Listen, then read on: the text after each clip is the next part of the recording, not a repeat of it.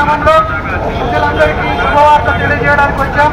అది ఏంటి ఆ శుభవార్త అనగంటే, మరి మనందరి పాపముల కొరకు కల్వరి శిలువలో యేసు క్రీస్తు ప్రభు చనిపోయాడు.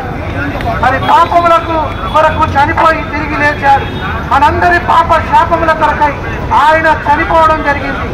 మనం ఎవరైతే యేసు ప్రభువుని ఒప్పుకుంటారో, ఎవరైతే యేసు ప్రభు దేవుడని అంగీకరిస్తారో వాళ్ళందరినీ ఆయన పిల్లలగుటకు ఆయన అధికారము అనుగ్రహిస్తానని మాట ఇచ్చి ఉన్నాడు. ఆయన చనిపోయి 3వ దినాన తిరిగి లేచాడు. ప్రియులారా, మనమందరం యేసు ప్రభువును నమ్ముకున్నట్లయితే మన పాపాలకు క్షమాపణ దొరుకుతుంది, మన ఆత్మకు రక్షణ కలుగుతుంది. దయచేసి మనందరము మరి యేసు ప్రభువును అంగీకరించాలని. యేసు ప్రభు నిజమైన దేవుడు. మేమందరం కూడా ఒకప్పుడు తాగుబోతులము గాను దొంగలము గాను ఉండేవారము. ఈ యేసుక్రీస్తు ప్రభు, ఈ బైబిలు మా బ్రతుకును మార్చింది. ఈ బైబిలు మా జీవితాన్ని మార్చింది. ఈ బైబిలు మా మనసును మార్చింది. ఈ బైబిలు మమ్మల్ని మనుషునిగా చేసింది. దయచేసి మీరు బైబిల్ను చదవండి.